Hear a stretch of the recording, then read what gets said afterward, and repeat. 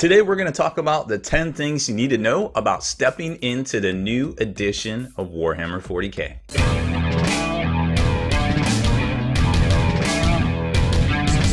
Spiky bits. What's up, hobby maniacs? Baer back again with you today for this little ditty on some stuff you need to know about 8th edition. Now, Games Workshop came out with a whole slew of FAQs recently for each one of the index books, along with a really interesting document that kind of supplements the developers' notes that they came out with week 1. And this one was titled Stepping into a New Edition of Warhammer 40k. And I guess it was aimed at veteran players, so that it could help them kind of jump into the game and kind of like shake loose some of those things that are stuck in their brain from the past editions that they have played. Myself, you know, I've got like 7 editions stuck up in here. So for me, it's even more difficult to learn a new edition because I'm still like drawing comparisons and familiarity to other editions. And I've made some of these mistakes in this document, and I was like, oh, I'm really glad they put this out. And like somebody said in one of our live webcasts over on the Long War, you know, one of the best ways perhaps to learn a new edition is to have somebody that's never played Warhammer go through the rules and teach you how to play, because there's actually something to be said for that, because they're going to get a fresh slate and they're going to see things that you just glazed right over. So, you know, there's something for everybody out there in the new edition, and this document definitely helps. So let's go over those 10 things right now. All right, so first off, here's the document. You can check it out over on, I think, Warhammer Digital. You can download it. It's only a 3-page PDF, so it'll fit in all your e-readers and everything pretty easily there. And it just goes over, hey, we created this document, you know, to help veteran players learn the game, you know, to kind of suspend that disbelief. This also is a good kind of rule of thumb if you're trying to play Age of Sigmar. Age of Sigmar now is completely different from Warhammer 40k. I mean, there's elements that are the same, but there's a lot of stuff that they changed too. So please keep that in mind if you are, you know, coming from Age of Sigmar over to 8th edition, or going from 8th edition to try to play Age of Sigmar.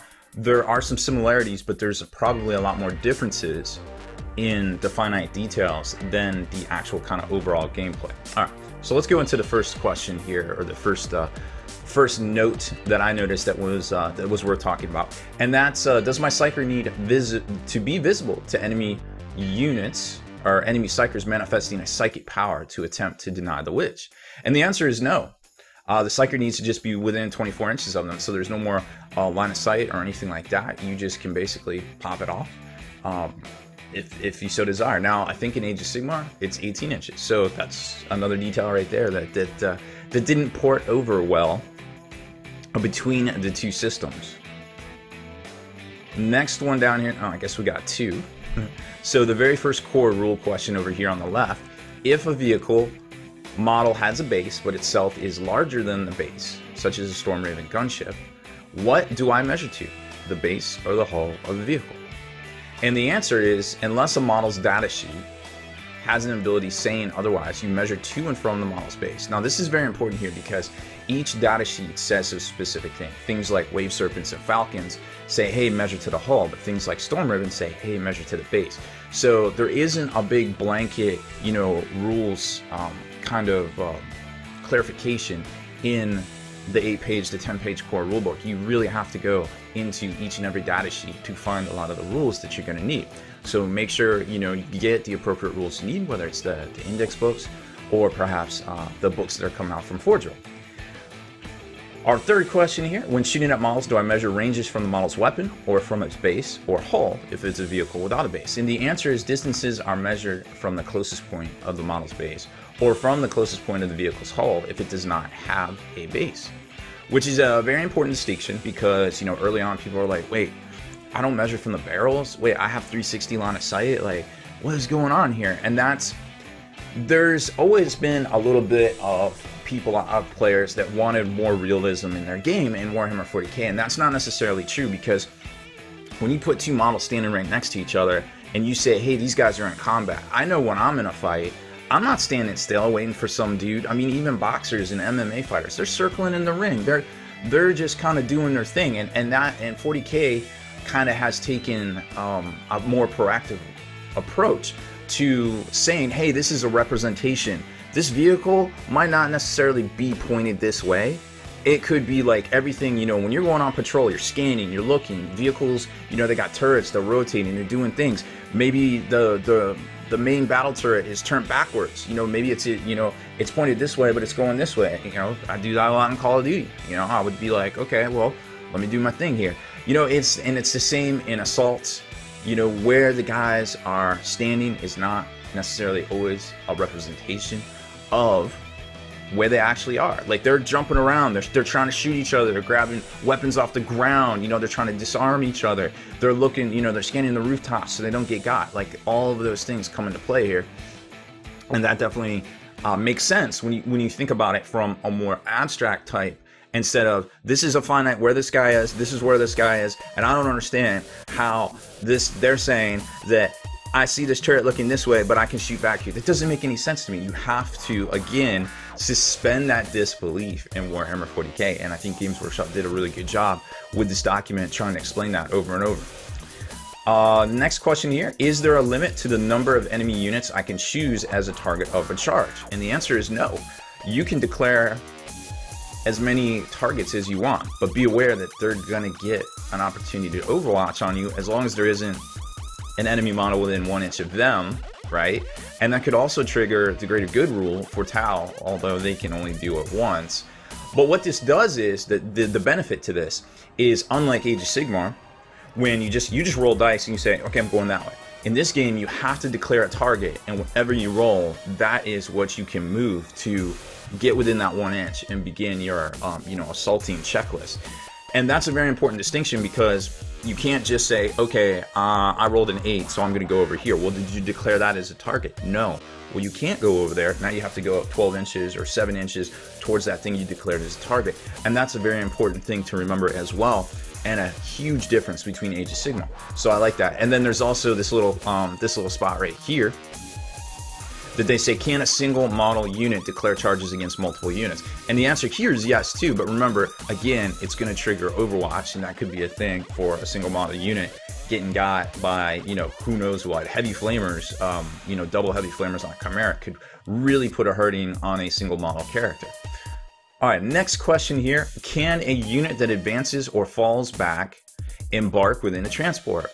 What about if the transport has moved before? Can a unit still embark inside? And, you know, traditionally, the veteran in me would be like, no, you can't fall back into a transport. But think about it like this. All of the fallbacks and the advances are happening in the movement phase now. Not in the combat phase, not in the shooting phase, as we saw traditionally with run, which is now the advanced move. So you have to take those old rules, you have to throw them out of your brain, reset your cache, come back and be like, well, of course you can, because again, all of that is happening during the movement phase. So why not? The only caveat is that you cannot, a transport cannot both embark and disembark in the same turn. So keep that one in mind too. That opens up a whole possibility of transport shell games, because that could be really cool, right? Next up is something we preached on the Long War for a very long time. We incorporated into our tournaments that we run at Adepticon every year, and we tried to incorporate it into, you know, our Bringing Hobby Back mission tournament packet, and that is, how do objective markers work for purposes of vertical distance? And we were always an opponent, or a proponent of, hey, there's a huge vertical cone, the objective goes all the way up. Like, if you're within that cone, you got it. And there wasn't clear verbiage on that in the past, and now there is. Include both vertical and horizontal distances when determining the number of models within range of an objective marker. However, there is something in here too. Well, maybe it's not in here. Thought it was in here. Maybe on the next page. Let's double check. But there is another caveat to that, and we'll try to cover that at the end, that I definitely want to touch base on. Okay, so do units have to pile in and consolidate? The answer is no. These extra moves are optional, and it actually says, if you go through choosing targets or charging, let's see, where is it? So this would be under the charge phase, number 4, bullet point 5, fight phase, bullet point number 2, pile in. You may move. You may. You don't have to, because remember, pile-ins are very tactical. And if you don't want to pile in because you don't want to give the enemy an opportunity to pile in on you and get free attacks, then you should not be penalized for that. And that's an important distinction to make. I believe it is the same in Age of Sigmar. All right, next up. Now, this was an important distinction because early on, a lot of people were saying, holy cow, Ynnari is bananas good. And this kind of slowed them down a bit, and there's some stuff in their actual index FAQ as well that kind of slowed them down as well. But question, can I use Soul Burst action to charge in the fight phase and fight in the same phase? And the answer is no.